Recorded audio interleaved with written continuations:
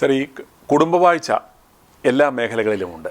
പ്രത്യേകിച്ച് രാഷ്ട്രീയ രംഗത്തിലാണെങ്കിലും സിനിമാ മേഖലയിലാണെങ്കിലും ഏതൊരു മേഖലയിലും ഈ കുടുംബവാഴ്ചയുണ്ട്. അതുപോലെ ഈ ജുഡീഷ്യറിയിൽ അല്ലെ ജുഡീഷ്യൽ സിസ്റ്റത്തിൽ ഈ കുടുംബവാഴ്ച എത്രത്തോളമുണ്ട്? ഒരുപക്ഷെ കുടുംബവാഴ്ച രാഷ്ട്രീയത്തിലും ത്തേക്കാളും അല്ലെങ്കിൽ സിനിമയെക്കാളും ഒരുപക്ഷെ കൂടുതൽ ജുഡീഷ്യറിയിലാണ്. കാരണം നമ്മൾ ഇപ്പോഴത്തെ ചീഫ് ജസ്റ്റിസ് അല്ലെ നേരത്തെ ഉണ്ടാകുന്ന ചീഫ് ജസ്റ്റിസ് ഇനി വരാൻ പോകുന്ന ചീഫ് ജസ്റ്റിസ് ഇവരാരാന്ന് നോക്കിയാൽ മതി. അപ്പോൾ കഴിഞ്ഞ കുറച്ച് കാലത്തെ ഒരു ബ്രീഫ് ഹിസ്റ്ററി നോക്കുക. ചീഫ് ജസ്റ്റിസ് ലോധയാണ് മുല്ലപ്പെരിയാർ കേസ് ജഡ്ജ്മെൻറ്റ് എഴുതിയ. അദ്ദേഹത്തിന് അച്ഛൻ ജഡ്ജിയായിരുന്നു. അതിനുശേഷം വന്ന ചീഫ് ജസ്റ്റിസ് താക്കൂറിൻ്റെ അച്ഛൻ ജഡ്ജിയായിരുന്നു. അതിനുശേഷം വന്നു ജസ്റ്റിസ് ലളിത്, അദ്ദേഹത്തിൻ്റെ അച്ഛൻ ജഡ്ജിയായിരുന്നു, ഹൈക്കോടതി ജഡ്ജിയായിരുന്നു. അതിനുശേഷം വന്ന് ചീഫ് ജസ്റ്റിസ് ചന്ദ്രചൂഡ്, അദ്ദേഹത്തിൻ്റെ അച്ഛൻ former chief justice of India ആയിരുന്നു. ഇനി അടുത്ത ചീഫ് ജസ്റ്റിസ് ഖന്ന, അദ്ദേഹത്തിൻ്റെ അച്ഛനും ചീഫ് ജഡ്ജായിരുന്നു, അദ്ദേഹത്തിൻ്റെ അങ്കിള് സുപ്രീം കോടതി ജഡ്ജിയായിരുന്നു, ദി ഫേമസ് ജസ്റ്റിസ് ഖന്ന. ഇനി അതിനുശേഷം വരുന്നു ഇനി justice after that Khanna justice Gavai, അദ്ദേഹം കേരള ഗവൺമെൻറ്റിൻ്റെ മകനാണ്. അതിനുശേഷം വരുന്നു ജസ്റ്റിസ് സൂര്യകാന്ത് വരുന്നു. സൂര്യകാന്തിന് ശേഷം ജസ്റ്റിസ് നാഗരത്നയുടെ അച്ഛൻ former chief justice of India ആയിരുന്നു. അതിനുശേഷം നരസിംഹ വരുന്നു. നരസിംഹയുടെ അച്ഛൻ ഹൈക്കോടതി ജഡ്ജിയായിരുന്നു. അപ്പോൾ ഇങ്ങനെ ജസ്റ്റിസ് ഗഗോയുടെ അച്ഛൻ ചീഫ് മിനിസ്റ്ററായിരുന്നു. അപ്പോൾ ഗഗോയുടെ ചേംബറിൽ തന്നെ 4 ജഡ്ജിമാരുണ്ടായി. അപ്പോൾ നമ്മുടെ ഇന്ത്യൻ ജുഡീഷ്യറി എന്ന് പറയുന്നത് കുടുംബവാഴ്ചയാണ്. ഒരു കുടുംബത്തിൽ തന്നെ ചില ഫാമിലിയിൽ ഇപ്പം ജസ്റ്റിസ് മജുംദാർ, അദ്ദേഹത്തിൻ്റെ ഫാമിലി 5 പേര്. ജസ്റ്റിസ് ധർമാധികാരി, അവരുടെ ഫാമിലിയിൽ തന്നെ എത്രയോ പേര്. ഇപ്പോൾ ബോംബെ ഹൈക്കോടതിയിലെ ജസ്റ്റിസ് ധർമാധികാരി, അദ്ദേഹത്തിൻ്റെ അച്ഛൻ ജഡ്ജിയായിരുന്നു. അദ്ദേഹത്തിൻ്റെ പെങ്ങളുടെ മകൻ സി ധർമാധികാരി, ബി ധർമാധികാരി. ഇങ്ങനെ ഈ സുപ്രീം കോടതിയിലെ ജഡ്ജിമാരും അല്ലെ ഹൈക്കോടതി ചീഫ് ജസ്റ്റിസുമാരും എനിക്ക് തോന്നുന്ന ഒരു എക്സെപ്ഷൻ ഇല്ല, എങ്ങനെ സാധ്യമാകും? ഒരാൾ പോലും ഇല്ല. എല്ലാവരും ഒന്നുകിൽ ജഡ്ജിമാരുടെ മക്കൾ, അല്ലെ സീനിയർ അഡ്വക്കേറ്റ്സിൻ്റെ മക്കൾ, അല്ലെങ്കിൽ ഏതെങ്കിലും രാഷ്ട്രീയ നേതാവിൻ്റെ മക്കളോ അല്ലെങ്കിൽ അവരുമായിട്ട് ഇമ്മീഡിയറ്റ് ആയിട്ട് ഉള്ള സ്വാധീനമുള്ളവർ. ഇപ്പോൾ ജസ്റ്റിസ് നമ്മൾ ഫസ്റ്റ് ജനറേഷൻ ലോയേഴ്സായിട്ട് വന്നവരുണ്ട്. ജസ്റ്റിസ് ചെറമേശ്വറുണ്ട്, ജസ്റ്റിസ് രമണയുണ്ട്, ജസ്റ്റിസ് സൂര്യകാന്തുണ്ട്. അങ്ങനെ വന്ന എക്സെപ്ഷനായിട്ടുള്ള ഈ ചീഫ് ജസ്റ്റിസുമാരുടെ സുപ്രീം കോടതിയിലെ സീനിയർ ജഡ്ജസിനെ കണക്കാക്കി കഴിഞ്ഞാൽ 90% ഈ ജഡ്ജിമാരുടെ മക്കളോ അല്ലെങ്കിൽ സീനിയർ ലോയേഴ്സിൻ്റെ മക്കളോ അല്ലെങ്കിൽ ജുഡീഷ്യൽ ഫാമിലി അല്ലെങ്കിൽ ആ കുടുംബവാഴ്ചപ്പെടുന്നവരാണ്. ഇനി അപൂർവമായിട്ട് വന്നേക്കുന്ന ഫസ്റ്റ് ജനറേഷൻ ലോയേഴ്സ് അവരൊരു അവർക്കൊരു പൊളിറ്റിക്കൽ പാറ്റേണേജ് ഉണ്ടായിരുന്നു. അവർ മോശക്കാരാനാക്കാൻ പറയുകയല്ല. അപ്പോൾ ഈ പൊളിറ്റിക്കൽ പാറ്റേണേജോ അല്ലെങ്കിൽ ഈ നമ്മുടെ ഫാമിലി പാറ്റേണേജോ ഇല്ലാതെ ഒരു മനുഷ്യനും ഇവിടെ സീനിയർ ജുഡീഷ്യൽ പൊസിഷനിൽ എത്തിയിട്ടില്ല. ഇതെങ്ങനെ സാധ്യമാകുന്നു സർ? അതായത് ഇത്തരത്തിൽ നമ്മുടെ കുടുംബാംഗങ്ങളെ അല്ലെ നമുക്ക് വേണ്ടപ്പെട്ടവരെ അത്രയും ഉന്നത പദവിയിലേക്ക് അവരോധിക്കുവാൻ എങ്ങനെ സാധ്യമാകും കഴിഞ്ഞാൽ നമ്മളിവിടെ ഒരു സർക്കാർ സർവീസിൽ ഒരു എൽ.ഡി. ക്ലാർക്കിനെ എടുക്കണമെങ്കിലും അതിനകത്ത് വേക്കൻസി നോട്ടിഫൈ ചെയ്യും, ആപ്ലിക്കേഷൻ വിളിക്കും, പരീക്ഷ വേണം, ഇൻ്റർവ്യൂ വേണം. ഇത് ഒരു സെലക്ഷൻ പ്രോസസ് ഉണ്ട്. അപ്പോൾ ജഡ്ജിമാരെ സംബന്ധിച്ചിടത്തോളം അങ്ങനെ ഒരു സെലക്ഷൻ പ്രോസസ്സേ ഇല്ല. നമ്മൾ മിക്കവാറും ഈ ജഡ്ജിമാരെ അറിഞ്ഞ് ഇത്രയും കാലം ഒരാൾ ജഡ്ജിയാകും നമ്മൾ തന്നെ പ്രാക്ടീസ് ചെയ്യുന്ന വഴിക്കോട് നമ്മുടെ സുഹൃത്ത് ജഡ്ജിയാകുമെന്ന് അറിയുന്ന നമ്മുടെ പരദൂഷണ കമ്പനി കൂടെ അറിയുന്നല്ലാതെ അല്ല, ജഡ്ജി ആയ ശേഷം അതിന് ശേഷമാണ് നമ്മളെ അന്ന് ചാർജ് എടുക്കുന്ന അല്ലെങ്കിൽ സ്വയം ചെയ്യുന്ന അന്നാണ് നമ്മൾ അറിയുന്നത്. അപ്പം ഇത് വളരെ രഹസ്യമായിട്ടാണ് ഇത്രയും കാലം നടത്തിക്കൊണ്ട് വരുന്നത്. പണ്ട് നമ്മുടെ കോൺസ്റ്റിറ്റ്യൂഷൻ അനുസരിച്ചിട്ട് ജഡ്ജിമാരെ അപ്പോയിൻറ്റ്മെൻറ്റ് എന്ന് പറയുന്നത് എക്സിക്യൂട്ടീവ് ഫംഗ്ഷനാണ്. അതാണ് പ്രസിഡൻ്റാണ് അപ്പോയിൻറ്റിങ് അതോറിറ്റി. അപ്പോൾ പ്രസിഡൻ്റ് അങ്ങനെ അപ്പോയിൻറ്റ് ചെയ്യുന്നത് ഇപ്പോൾ കൗൺസിൽ ഓഫ് മിനിസ്റ്റേഴ്സിൻ്റെ അഡ്വൈസ്, എയ്ഡ് ആൻഡ് അഡ്വൈസ്. ഇപ്പോൾ അത് സർക്കാരാണ്, എക്സിക്യൂട്ടീവാണ് അപ്പോയിൻറ്റിങ് അതോറിറ്റി. അപ്പോൾ കോൺസ്റ്റിറ്റ്യൂഷൻ എന്ന് പറയുന്നത് ഹൈക്കോടതി ജഡ്ജ് ആണെങ്കിൽ president shall in consultation with the chief justice of India and the chief justice of the state and governor of the state concern shall by warrant appointed judge of the high court.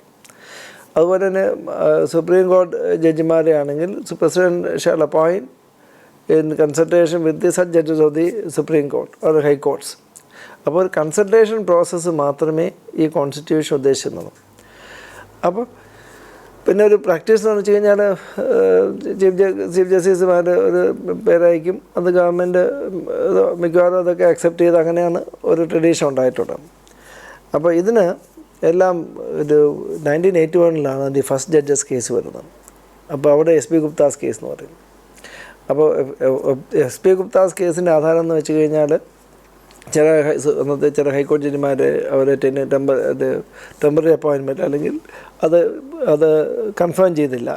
പിന്നെ ചില chief ജസ്റ്റിസുമാരെ ഒരു ഹൈക്കോടതിയിൽ നിന്നിപ്പം മദ്രാസ് ഹൈക്കോടതിയിലേക്ക് മാറ്റി പട്നയിൽ നിന്ന്, അങ്ങനെയുള്ള ഇഷ്യൂസൊക്കെ വന്നപ്പോൾ അത് ചലഞ്ച് ചെയ്തുകൊണ്ടൊരു PAയിൽ ഫയൽ ചെയ്യുന്നു. PAയിൽ അപ്പോൾ അന്നാണ് അതാണ് ഫസ്റ്റ് ജഡ്ജസ് കേസ് എന്ന് പറഞ്ഞത്, SP Gupta's case.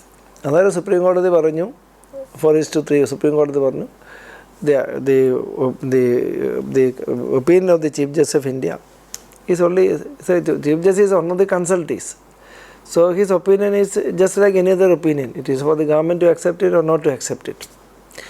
About the consultation does not mean concurrence or primacy. Consultation means consultation only. It is for the consultant to decide what to do with the consultation. Judgment, even before the ink was dry, another petition was filed.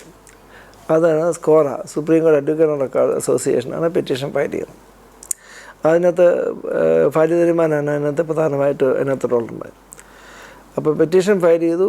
അപ്പം ആ പെറ്റീഷന് allow ചെയ്തുകൊണ്ടാണ് SP Gupta's case judgement reconsider ചെയ്തുകൊണ്ട് judges 2 case judgement വരുന്നു 1993.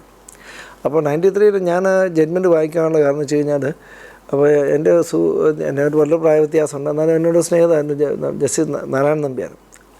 അപ്പോൾ അങ്ങേരുടെ appointment സംബന്ധിച്ച വിഷയം വന്നു കഴിഞ്ഞപ്പം അങ്ങനെ ഈ വിഷയം സംസാരിക്കാനിടയായി. അപ്പോൾ അങ്ങനെ അന്നേരമാണ് ഈ ജഡ്ജസ് 2 കേസിനെ പറ്റി ഞാൻ കൂടുതലായിട്ട് അതിനെപ്പറ്റി അന്നേരം ജഡ്ജ്മെൻറ്റ് വായിക്കാനിടയായി. ആ ജഡ്ജ്മെൻറ്റ് വായിച്ചപ്പോൾ എനിക്ക് അവിശ്വസനീയമായിട്ട് തോന്നി. പക്ഷേ ഞാൻ ഒഴിച്ച് എല്ലാ മനുഷ്യരും ഈ ജഡ്ജ്മെൻറ്റ് വലിയ മഹാകാര്യമാണെന്ന് പറയും. പക്ഷേ ഞാൻ പിന്നെ ഇതിനെപ്പറ്റി ഒന്നും സംസാരിച്ചില്ല. അപ്പം അന്ന് കൃഷ്ണയ്യർ പറയുന്നുണ്ട് ഇത് ലീഡ് ടു ഒളിഗാർക്കി. അപ്പോൾ ആ സെക്കൻഡ് ജഡ്ജസ് കേസ്, ആ കേസിനകത്ത് പറയുന്നു, എന്താ പറയുന്നത്, independence of the judiciary is a basic structure of the constitution. ആർക്കും തെറിക്കാൻ പറ്റിയല്ലോ. Then the core of the independence of the core of the independence of judiciary is not in the discharge of the judicial function post appointment. കാരണം ഒരിക്കൽ judge ആയിക്കഴിഞ്ഞാൽ പിന്നെ അയാൾ രോമത്തെ പോലും തൊടാൻ പറ്റില്ല. കാരണം ഇംപീച്ച്മെൻറ്റിലൂടെ മാത്രമേ പുറത്താക്കാൻ പറ്റുള്ളൂ. അപ്പോൾ the core of the independence of the concept of independence of judiciary is not in the in the independent discharge of functions post appointment, but in the very appointment itself. So the independence of judiciary is one of the basic structure of the constitution, and the core of the independence of the judiciary is in appointments, and that core is protected when the opinion of the Chief Justice of India has got a primacy, so over other consultees. And then the opinion of the Chief Justice of India is not his personal opinion, it is the opinion of a plurality of the judges. And plurality of the judges reflected through the collegium of judges. അങ്ങനെയാണ് collegium system വരുന്നത്. ഇത് Indian ജുഡീഷ്യറിക്ക് അവകാശപ്പെടാവുന്ന, ഞാനെപ്പോഴും ഒരു question raise ചെയ്തിട്ടുണ്ട്. Can anyone point out me one single principle which never ever existed, which the Supreme Court has evolved for the first time? ഇപ്പോൾ constitution അടക്കം നമ്മൾ പല രാജ്യങ്ങളിൽ നിന്ന് ഉൾക്കൊണ്ടതാണ്. ഇപ്പോൾ ഇതാണ് ഈ ഫസ്റ്റ് സുപ്രീം കോടതിയുടെ ചരിത്രത്തെ കണ്ടുപിടിക്കപ്പെട്ട ഏക പുതിയ പ്രിൻസിപ്പിൾ. വേറൊരു പ്രിൻസിപ്പിളും കണ്ടുപിടിച്ചായിട്ട് എനിക്കറിയത്തില്ല. ആയിരക്കണക്കിന് പേരുള്ള ജഡ്ജ്മെൻറ്റ് എഴുതുന്നതല്ലാതെ ഏതെങ്കിലും പുതിയ പ്രിൻസിപ്പിൾ സുപ്രീം കോടതി ഇവോൾവ് ചെയ്യായിട്ട് എനിക്കറിയത്തില്ല. പക്ഷേ കൊളീജിയം സിസ്റ്റം എന്ന് പറയുന്നത് നമ്മളുടെ യുണീക്കാണ്, നമ്മൾ വേറെ എങ്ങനെയും കോപ്പി അടിച്ചതല്ല. അല്ലല്ല, ലോകത്തൊരിടത്തുമില്ല. ഇന്ത്യൻ സുപ്രീം കോടതി ഇവോൾവ് ചെയ്ത ഫസ്റ്റ് പ്രിൻസിപ്പിളാണ്. ലോകത്ത് നമ്മുടെ റോമൻ ലോയിലോ കോമൺ ലോയിലോ ഒരു ലോയിലോ ഇല്ല. ഈ കൊളീജിയം എന്നൊരു ഓമന പേര് നമ്മൾ കൊടുത്തതേ ഉള്ളൂ. അല്ല, കൊളീജിയം എന്ന് അവർ തന്നെ പറയുന്ന.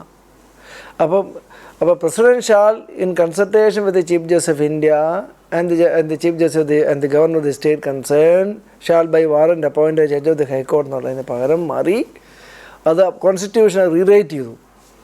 കോൺസ്റ്റിറ്റ്യൂഷൻ ഇൻ്റർപ്രറ്റ് ചെയ്യുന്നതിൻ്റെ പേരിൽ കോൺസ്റ്റിറ്റ്യൂഷൻ റീറൈറ്റ് ചെയ്തു. എന്നിട്ട് പറഞ്ഞു സുപ്രീം കോടതി പവർ ഓഫ് അപ്പോയിൻറ്റ് ഗവൺമെൻറ് അല്ല, ഗവൺമെൻറ് റോള് ഇത് പോസ്റ്റ് ഓഫീസായി, നമ്മുടെ സ്റ്റാമ്പിങ് പൊസിഷനായി. കൊളീജിയം, അപ്പോൾ സുപ്രീം കോടതിയിൽ ഒരു കൊളീജിയം ഉണ്ടാക്കി, ഹൈക്കോടതിയിൽ ഒരു കൊളീജിയം ഉണ്ടാക്കി. ഹൈക്കോടതിയിൽ ചീഫ് ജസ്റ്റിസ് പ്ലസ് 2 ജഡ്ജസുള്ള കൊളീജിയം ഒരു പ്രപ്പോസൽ അയക്കും. ആ പ്രപ്പോസൽ നെയിംസ് അയക്കും. അത് chief justice of India plus state ഹൈക്കോടതി judges, chief justice India plus 2 senior most judges ആ കൊളീജിയം പരിഗണിക്കും. പിന്നെ കേരളത്തിൽ അപ്പോയിൻ്റ് ആണെങ്കിൽ കേരളത്തിൽ നിന്ന് ഏതെങ്കിലും ജഡ്ജി സുപ്രീം കോടതിയിലുണ്ടെങ്കിൽ അങ്ങേരുടെ ഒപ്പീനിയൻ കേൾക്കും. അവരുടെ ഒപ്പീനിയനാണ് കൊളീജിയത്തിൻ്റെ ഒപ്പീനിയനായിട്ട് വരുന്നത്. ഈ കൊളീജിയത്തിൻ്റെ ഒപ്പീനിയൻ റെക്കമെൻഡേഷൻ അത് ഗവൺമെൻറ്റിലേക്ക് അയക്കും. അത് കഴിഞ്ഞ് ഗവൺമെൻറ് എന്തെങ്കിലും ഒരു അതിനകത്ത് ഒബ്ജക്ഷൻ ഉണ്ടെങ്കിൽ ഗവൺമെൻറ് അത് തിരിച്ചയക്കാം. അത് കഴിഞ്ഞിട്ട് ഒരു കൊളീജിയം അത് റീഅപ്രൂവ് ചെയ്ത് കഴിഞ്ഞാൽ ഗവൺമെൻറ് അപ്പോയിൻമെൻറ്റ് നടത്തിക്കോണം. അപ്പോൾ കോൺസ്റ്റിറ്റ്യൂഷൻ തിരുത്തി എഴുതി കോൺസ്റ്റിറ്റ്യൂഷൻ ഇൻ്റർപ്രറ്റ് ചെയ്യുന്നതിൻ്റെ എന്താണ് SP ഗുപ്താസ് കേസ്, ജഡ്ജസ് 2 കേസിനകത്ത് question what is the meaning of the word consultation. ആ കൺസൾട്ടേഷൻ എന്നുള്ള ഒരു മീനിങ് കൺസൾട്ടേഷനല്ല, കൺകറൻസും അല്ല. സുപ്രീം കോടതി ഇറ്റ് ഈസ് മീൻസ് പ്രൈമസി. ഇനി പ്രൈമസിയും അല്ല, അതിനും കവിഞ്ഞ് ഈ കൊളീജിയം സിസ്റ്റം ഓഫ് അപ്പോയിൻമെൻ്റ് ആണ് ഈ കൺസൾട്ടേഷൻ എന്ന മീനിങ്ങിൻ്റെ അർത്ഥം എന്ന് എഴുതി വെച്ചു. അങ്ങനെ കൊളീജിയം സിസ്റ്റം വന്നു. അങ്ങനെ ഇപ്പോൾ അപ്പോയിൻമെൻറ്റിൻ്റെ എല്ലാ പവറും കൊളീജിയത്തിൻ്റെ ആയി. ഒരു പുതിയ ഒരു power centre, extra constitutional power centre. അപ്പോൾ chief justice of India plus 3 ജഡ്ജസാണ് ആദ്യത്തെ കൊളീജിയത്തിൽ കണ്ടംപ്ലേറ്റ് ചെയ്തത്. അത് കഴിഞ്ഞിട്ട് പിന്നെ ഈ അപ്പോയിൻമെൻറ്റ്സ് വന്നപ്പോൾ ജഡ്ജിമാരുടെ തന്നെ തർക്കം ഉണ്ടായി. അങ്ങനെ judges third judges case for appointing themselves and it's a secret process. And judges and നമ്മുടെ കോൺസ്റ്റിറ്റ്യൂഷൻ സ്കീം അനുസരിച്ച് നമ്മുടെ കോടതികളൊന്നും വലിയ പരമാവധി നമ്മുടെ ഇഷ്ടോടെ സൂപ്പർ പാർലമെൻറ്റോ സൂപ്പർ എക്സിക്യൂട്ടീവ് ഒന്നും ആയിരുന്നില്ല.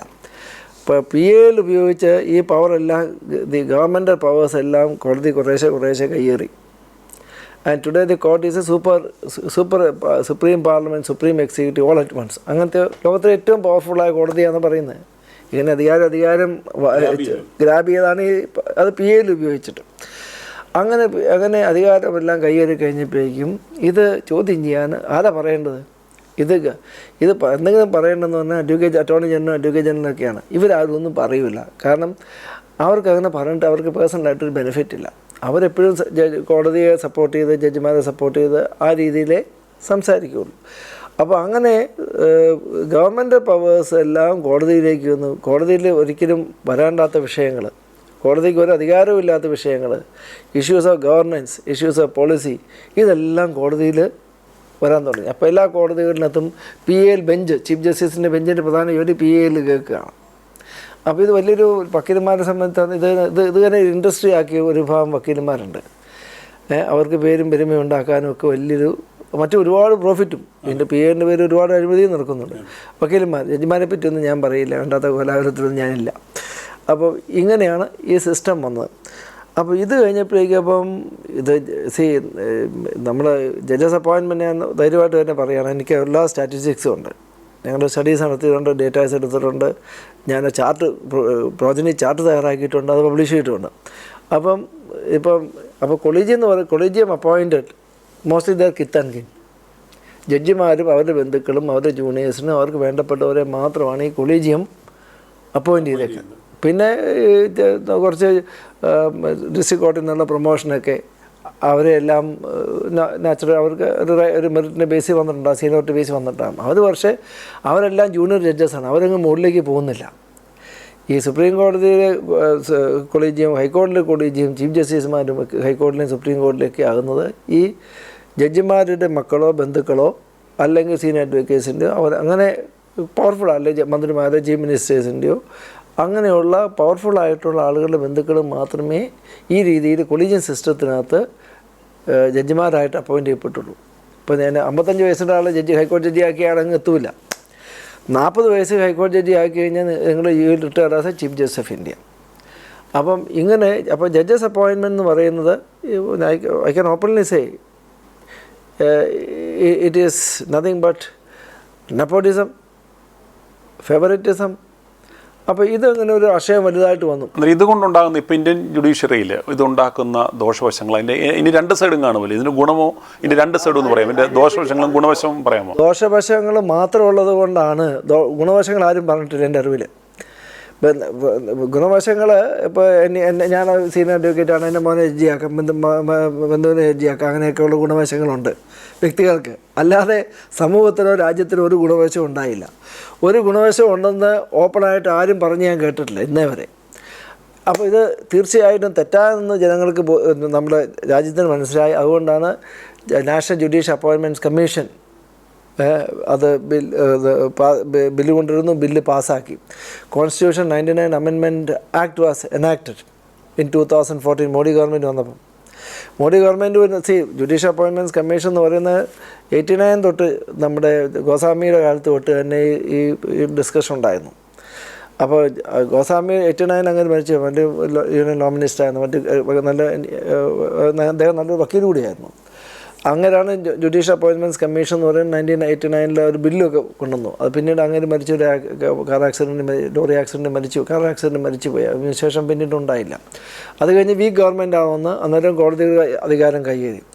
അത് കഴിഞ്ഞ് പിന്നീട് വരുന്നത് ഈ വാജ്പേയിയുടെ ഗവൺമെൻറ്റിന് ശേഷം നരസിംഹറാവു വന്നു. നരസിംഹറാവിന് അന്നേരം ഒരു കോയിലേഷൻ കാരണം യു പി എ വീക്കായിരുന്നു. അത് അന്നേരം റിഫോംസ് ഒന്നും ശ്രമിച്ചില്ല. നമ്മുടെ കപിൽ സിബൽ ലോ മിനിസ്റ്ററായ ജുഡീഷ്യൽ അക്കൗണ്ടബിലിറ്റി ബില്ലൊക്കെ കൊണ്ടുവന്നു, അതൊന്നും നിയമമാക്കാൻ കഴിഞ്ഞില്ല. അത് കഴിഞ്ഞ് മോഡി വന്നു കഴിഞ്ഞപ്പോൾ, മോഡി ഗവൺമെൻറ് വന്നു കഴിഞ്ഞപ്പോൾ ജുഡീഷ്യൽ NJAC ബില്ലും കോൺസ്റ്റിറ്റ്യൂഷൻ 99 അമെൻമെൻറ്റ് ആക്റ്റും കൊണ്ടുവന്നു. അത് ഈ ബില്ലും കൊണ്ടുവന്നു. അത് Modi got it, it was both the act, the Constitution Amendment Act and the NJAC Act was received the assent of both houses of the Parliament. Only sole member who expressed his dissent was Ram Jethmalani. Jethmalani വെച്ച് എല്ലാ കോൺഗ്രസും CPM എല്ലാ പാർട്ടികളും യോജിച്ചു. That was the will of the people. അങ്ങനെ അപ്പോൾ അതിന് പകരം വന്നു NJAC. ഈ NJAC എന്താണെന്നുള്ള കാര്യം ഈ രാജ്യത്തെ ജനങ്ങൾക്ക് അറിയത്തില്ല, അതിൻ്റെ കോമ്പോസിഷൻ അറിയാം. അപ്പോൾ പ്രചരണം പറഞ്ഞു, നരിമാനങ്ങും മറ്റുമെല്ലാം പ്രചരണം തുടങ്ങി. മോഡി ഗവൺമെൻറ് വന്നു, ഇനി അഥവാ ജുഡീഷ്യൽ അധികാരങ്ങളെല്ലാം ഗവൺമെൻറ് കൈയേറുന്നു, ജുഡീഷ്യൽ അപ്പോയിൻമെൻറ്റ് ഗവൺമെൻറ് കൈയേറുന്നു, independence of judiciary is at peril എന്നൊക്കെ പറഞ്ഞ് വലിയ പ്രചരണം. അപ്പോൾ അതുകൊണ്ട് സാറിന് വക്കീൽമാരോട് ചോദിച്ചു, ലോ സ്റ്റുഡൻസ് പൊതുജനത്തോട് ചോദിച്ചു, അവർക്കറിയില്ല എന്താ NJAC ആക്ട് എന്ന് പറയുന്നത്, എന്താ ആരാണ് NJACയിലെ അംഗങ്ങളെന്നറിയില്ല, സാധാരണക്കാർക്കറിയില്ല. ഞാൻ പല ആളുകളായിട്ട് സംസാരിച്ചിട്ടുണ്ട്. NJAC എന്ന് പറയുന്നത് it's a commission, national judicial appointment commission. അതിൻ്റെ ചെയർമാൻ ആരാണ്? The chief justice of India. 6 മെമ്പേഴ്സാണ് മൊത്തമുള്ളത്. Then who are the other 5 members? 2 other senior most judges of the Supreme Court. Chief Justice plus 2 senior most judges. 6-ൽ 3 പേരായി.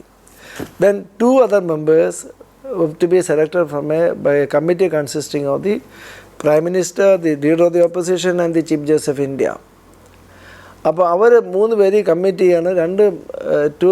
2 members from the civil society. അപ്പോൾ അതിനകത്ത് one of the members shall be a lady and from the representative of the scheduled caste community. Third, the 6th member is the Union Law Minister.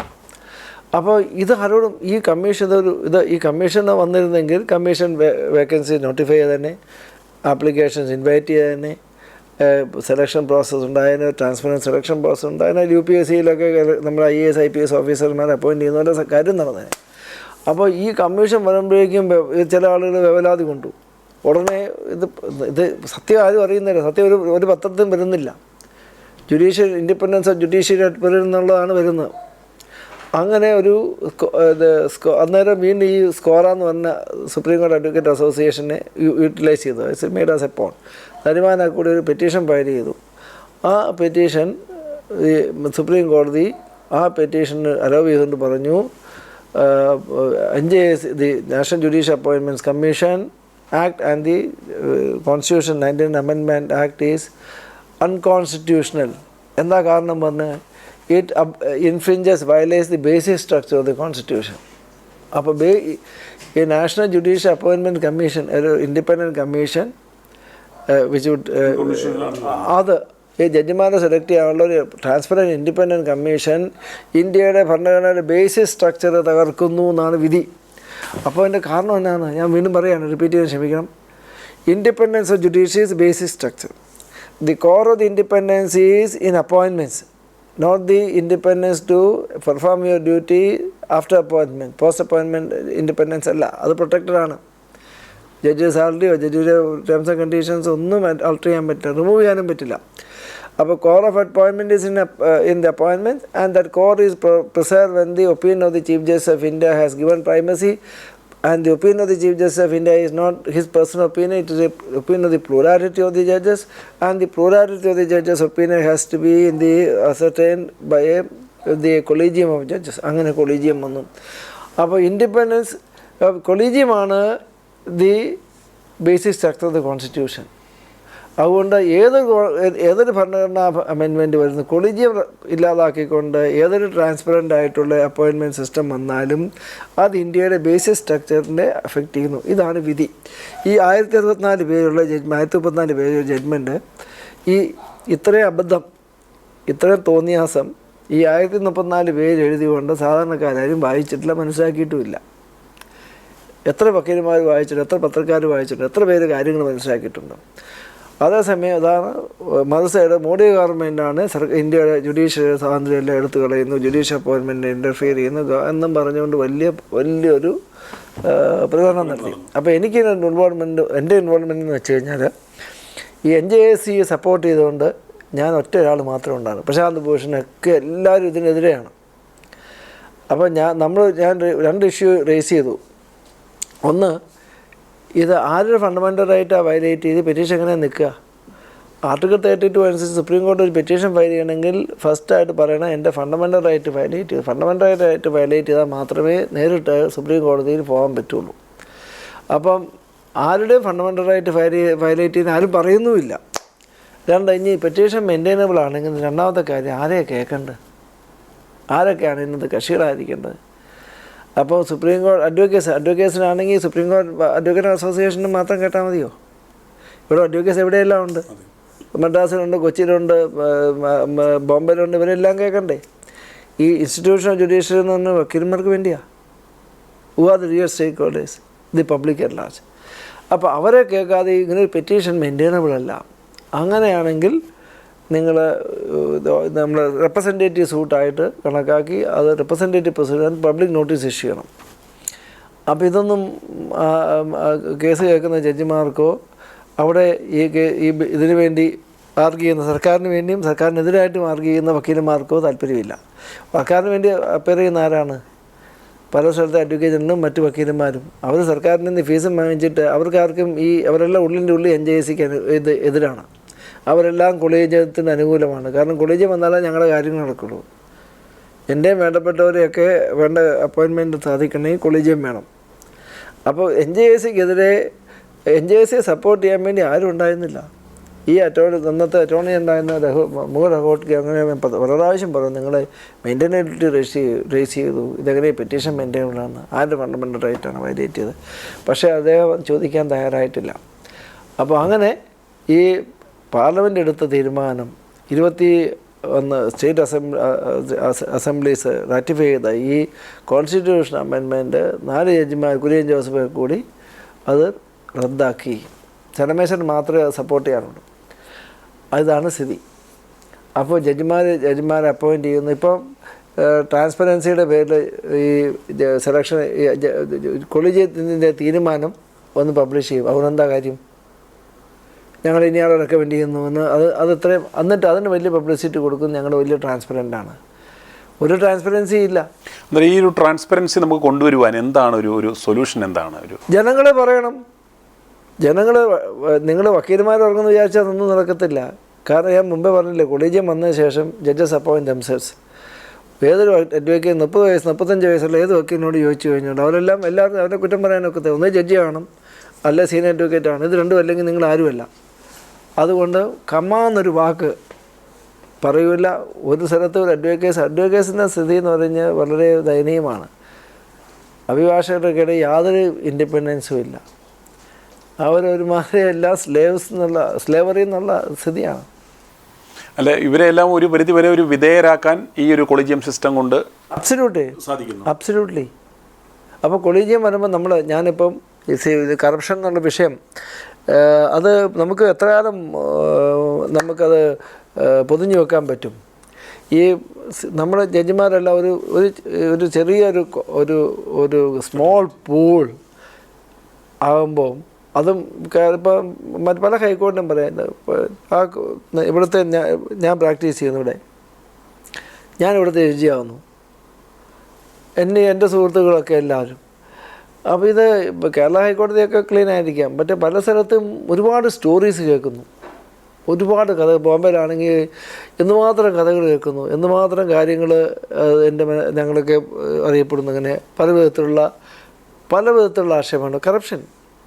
അപ്പോൾ അതിനേക്കൊക്കെ നമുക്ക് ഇതൊന്നും ഇങ്ങനെയുള്ള കാര്യങ്ങളൊന്നും exact തെളിവുകളൊന്നുമില്ല.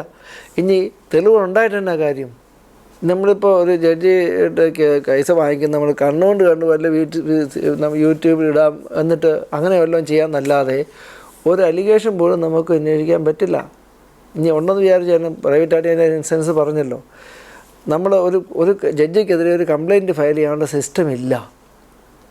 കാരണം 1995 Veeraswamy case supreme കോടതി പറഞ്ഞു, no FIR shall be filed against any judge of the high court of supreme കോടതി without the prior permission of the chief justice of India. ഞാൻ കേരള ഹൈക്കോടതിയിൽ ഒരു ജഡ്ജിനെ പറ്റി ഒരു കാര്യം പറഞ്ഞല്ലോ, ഒരു IPC ഒഫൻസ്. ആ FIR-നകത്ത് പ്രതിയുടെ പേരില്ല. ആ കേസ് അവിടെ കൊണ്ട് അവസാനിച്ചു. കാരണം ജഡ്ജിയാണ്, അത് റിട്ടയർ ചെയ്തു. അപ്പോൾ അങ്ങനെ ഒരു ജഡ്ജിമാരെ പറ്റി ഒരു കറപ്ഷനുള്ള IPC ഒഫൻസിന് പോലും ഒരു കംപ്ലയിൻറ്റ് പറയാൻ നിർവാഹമില്ല. പിന്നെ ആകെ ഉള്ളതാണ് ഈ നമ്മുടെ ഇൻഹൗസ് മെക്കാനിസം. അത് വെച്ച് നമുക്ക് ചീഫ് ജസ്റ്റിസിന് എഴുതാം, നമ്മുടെ ഇപ്പോൾ കേരള ഹൈക്കോടതി ജഡ്ജിയെ പറ്റി എനിക്ക് പരാതി ഉണ്ട്, അല്ലെങ്കിൽ എനിക്ക് ബോംബെ ഹൈക്കോടതിയിൽ ഒരു ജഡ്ജിയെ പറ്റി പരാതി ഉണ്ടെങ്കിൽ ചീഫ് ജസ്റ്റിസിൻ്റെ കംപ്ലയിൻ്റ് അയക്കാം. ആ കംപ്ലയിൻറ്റ് എൻ്റെ ചില ഫ്രണ്ട്സൊക്കെ അയച്ചിട്ടുണ്ട്. ആ കംപ്ലയിൻറ്റ് നേരെ ആ ജഡ്ജിയിലേക്ക് അയക്കും. പിന്നെ ആ വക്കീലിൻ്റെ അവസ്ഥയ്ക്ക്